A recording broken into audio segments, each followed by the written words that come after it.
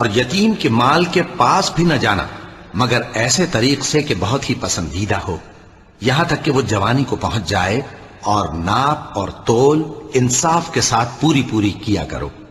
ہم کسی کو ذمہ دار نہیں بناتے مگر اس کی طاقت کے مطابق، اور جب کسی کی نسبت کوئی بات کہو تو انصاف سے کہو، گو کہ وہ تمہارا رشتہ دار ہی ہو، اور اللہ کے عہد کو پورا کرو۔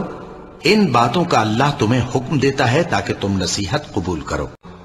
اور مدین کی طرف ان کے بھائی شعیب کو بھیجا تو انہوں نے کہا، اے قوم، اللہ ہی کی عبادت کرو، اس کے سوا تمہارا کوئی معبود نہیں۔ تمہارے پاس تمہارے پروردگار کی طرف سے نشانی آ چکی ہے، تو تم ناپ اور تول پوری کیا کرو اور لوگوں کو چیزیں کم نہ دیا کرو، اور زمین میں اصلاح کے بعد خرابی نہ کرو۔ اگر تم صاحب ایمان ہو تو سمجھ لو کہ یہ بات تمہارے حق میں بہتر ہے۔ اور جب کوئی چیز ناپ کر دینے لگو تو پیمانہ پورا بھرا کرو، اور جب تول کر دو تو ترازو سیدھی رکھ کر تولا کرو، یہ بہت اچھی بات اور انجام کے لحاظ سے بھی بہت بہتر۔ جو لوگوں سے ناپ کر لیں تو پورا لیں، اور جب ان کو ناپ کر یا تول کر دیں تو کم